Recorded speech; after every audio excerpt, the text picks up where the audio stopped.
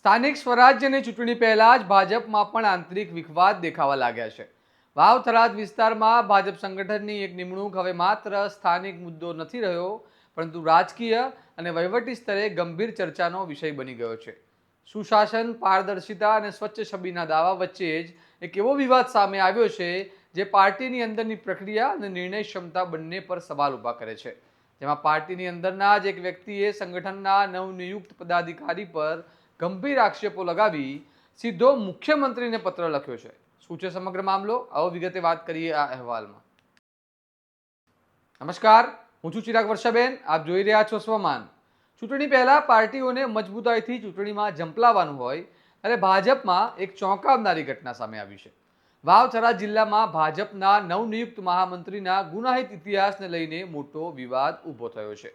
જેમાં એક વ્યક્તિએ તેમના વિરુદ્ધ પાર્ટીના ઉચ્ચ નેતૃત્વને ફરિયાદ કરી છે અને આ રજૂઆતમાં દાવો કરવામાં આવ્યો છે કે સંબંધિત વ્યક્તિ વિરુદ્ધ હત્યાનો પ્રયાસ જેવા ગંભીર ગુનાઓ સામેલ છે.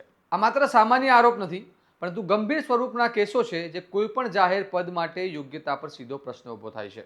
વધુમાં રજૂઆતમાં ઉલ્લેખ કરવામાં આવ્યો છે કે સંબંધિત વ્યક્તિ અગાઉ આ કેસમાં આશરે 28 મહિનાની સજા ભોગવી ચૂક્યા છે અને હાલ મામલો હાઈકોર્ટમાં પેન્ડિંગ છે. એટલે કે કાયદાકીય પ્રક્રિયા હજુ પૂર્ણ થઈ નથી, છતાં આવી પરિસ્થિતિમાં તેમને મહત્વપૂર્ણ સંગઠનાત્મક જવાબદારી સોંપવામાં આવતા મામલો ગરમાયો છે અને છેક મુખ્યમંત્રી સુધી આની ફરિયાદ કરવામાં આવી છે. આ સમગ્ર મામલે રાષ્ટ્રીય કિસાન સંગઠનના ગુજરાત પ્રદેશ મહામંત્રી ગોહિલે રામસંઘે સીધા મુખ્યમંત્રીને લેખિત રજૂઆત કરવામાં આવી છે, જેમણે તેમના પત્રમાં સ્પષ્ટ શબ્દોમાં માંગ કરી છે કે ગુનાહિત ઇતિહાસ ધરાવતા વ્યક્તિને તાત્કાલિક પદ પરથી નાબૂદ કરવામાં આવે.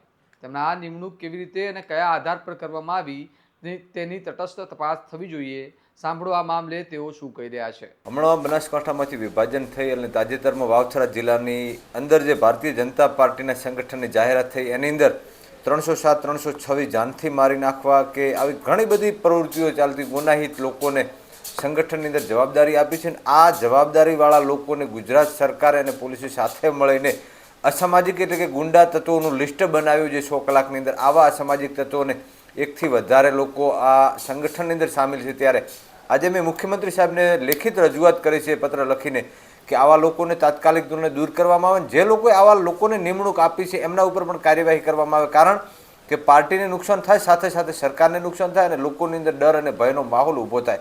એટલે આવું ન થવું જોઈએ અને આવા લોકોની ઉપર કાયદેસરની કાર્યવાહી થાય અને સંગઠનની અંદર સારા લોકો હોય અને રાજનીતિ કરે એનાથી કોઈને વાંધો ન હોય, પણ સારા લોકો જોઈએ, શિક્ષિત લોકો જોઈએ અને લોકોની વચ્ચે સારો મેસેજ જવો જોઈએ. આ મુદ્દો માત્ર એક વ્યક્તિ કે એક પદ સુધી મર્યાદિત નથી, પરંતુ તે પાર્ટીની વિશ્વસનીયતા સાથે જોડાયેલો પ્રશ્ન બની ગયો છે. કારણ કે એક તરફ સરકાર અને પાર્ટી જાહેરમાં સ્વચ્છ વહીવટ અને કડક કાયદા વ્યવસ્થાની વાત કરે છે અને બીજી તરફ ગંભીર ગુનાઓમાં સંડોવાયેલા વ્યક્તિને જવાબદારી આપવી તે અયોગ્ય ગણવામાં આવી રહી છે. સ્થાનિક સ્તરે લોકોમાં પણ આ મામલે અસંતોષ અને રોષ વધતો જોવા મળી રહ્યો છે અને સામાન્ય જનતાનો સીધો સવાલ છે કે જો આવા વિવાદાસ્પદ ઇતિહાસ ધરાવતા લોકો નેતૃત્વમાં આવશે તો સામાન્ય નાગરિકોને ન્યાય અને સુરક્ષા કેવી રીતે મળશે? આ સમગ્ર મામલો હવે સ્થાનિક સ્વરાજ્યની ચૂંટણી પહેલા રાજકીય રીતે પણ સંવેદનશીલ બની ગયો છે. કારણ કે આવનારા સમયમાં ચૂંટણીનો માહોલ ગરમાવાનો છે, ત્યારે આવી નિમણૂકો પક્ષની છબી પર અસર કરી શકે છે. હવે નજર રહેશે સરકાર અને પાર્ટી સંગઠન પર. શું તેઓ આ મુદ્દે ઝડપી અને કડક નિર્ણય લે છે કે પછી આ વિવાદને અવગણી દેવામાં આવશે? વાવ-થરાદનો આ મુદ્દો હવે માત્ર સ્થાનિક ફરિયાદ નહીં, પરંતુ સુશાસનના દાવાઓની કસોટી બની ગયો છે. આ મામલે તમારું શું માનવું છે? અમને કમેન્ટમાં જણાવો અને આવા જ વિશ્લેષણાત્મક અહેવાલ માટે સ્વમાનને લાઇક, શેર અને સબસ્ક્રાઇબ કરવાનું ભૂલતા નહીં. નમસ્કાર.